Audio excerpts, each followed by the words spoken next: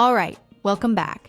And if this is your first time here, I'm Rochelle, your guide through the Jamaican Property Playbook and this step-by-step course on buying property in Jamaica from overseas. So if you have your playbook with you, go ahead and keep it nearby as we work through this module together. Now, let's get into awareness and red flags. In the last module, we spent time getting clear on your vision, your goals, and what this purchase could mean for your future. Now, we shift into something just as important, awareness. Because buying property isn't only about finding something you like, it's also about learning what to look out for, especially when you're buying from overseas. Not everything that looks good online is a good opportunity, and missing small details early on can become expensive later. So in this module, we're going to walk through some of the things you should start paying attention to, while also helping you build more clarity around what actually fits your life and goals. So let's walk through this together. First, pull up the glossary page in your workbook. Take a minute and scan through the terms you see there. You'll come across words like due diligence, zoning, surveyor's reports, registered and unregistered land right-of-way, and encroachments. You don't need to memorize everything right now. The goal is simply to start becoming familiar with the language. So when these terms come up later, you're not hearing them for the first time. And as you go through the buying process, these are the kinds of terms you'll hear during conversations with agents, lawyers, surveyors, and other professionals involved in the transaction. All right, now move into your red flags and notes page. You'll notice there are two sections on this page. At the top, you'll use this space to write down anything that raises concern during your research. As you start viewing properties or speaking with people, make notes of anything that feels unclear, rushed, inconsistent, or needs to be verified later. This section is here to help you slow the process down in a good way. Now, in the second section of the page, start keeping track of helpful contacts, websites, articles, communities, or anything useful you come across during your research.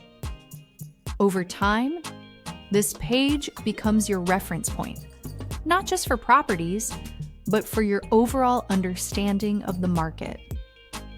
Now, if you're buying from overseas, this part matters even more because you're not physically there to double-check everything yourself. That means your process needs to be more intentional, more organized, and more structured. And Tony actually has a really important point about this.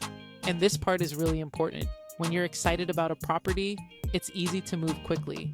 But there have been real situations in Jamaica where buyers sent deposits only to later discover ownership issues, missing information, or documents that didn't line up. That's why verification matters. Don't let urgency rush your decision. A good process gives you space to ask questions, review documents properly, and make sure you fully understand what you're buying. And that's why clarity matters just as much as excitement during this process. So now, let's move into your vision clarity worksheet. This section brings everything back to you. At the top of the page, you'll see the question, why do I want to buy property in Jamaica? Take a moment and really think about that before writing your answer. Don't overthink it. Just be honest about what's pulling you toward ownership in the first place. As you move further down the worksheet, you'll start thinking about whether this purchase is more about investment, lifestyle, legacy, or a blend of things. Then you'll move into your budget section. Try to focus on what feels financially comfortable for you, not just what you may qualify for on paper. Further down, you'll start thinking about the type of environment you actually want to be in. Quiet and residential, vibrant and central, tourist-friendly, rural, private. There's no perfect answer here. This part is about clarity. As you continue through the worksheet, you'll also think about your long-term vision for the property. Whether you want it to generate income, how long you plan to hold it, and how this purchase fits into your bigger goals overall. Pause the video if you need to while completing the page. Take your time with it, because the more clear you are now, the easier your decisions become later. It's easy to get excited when you see a beautiful property online, but excitement alone shouldn't make the decision for you.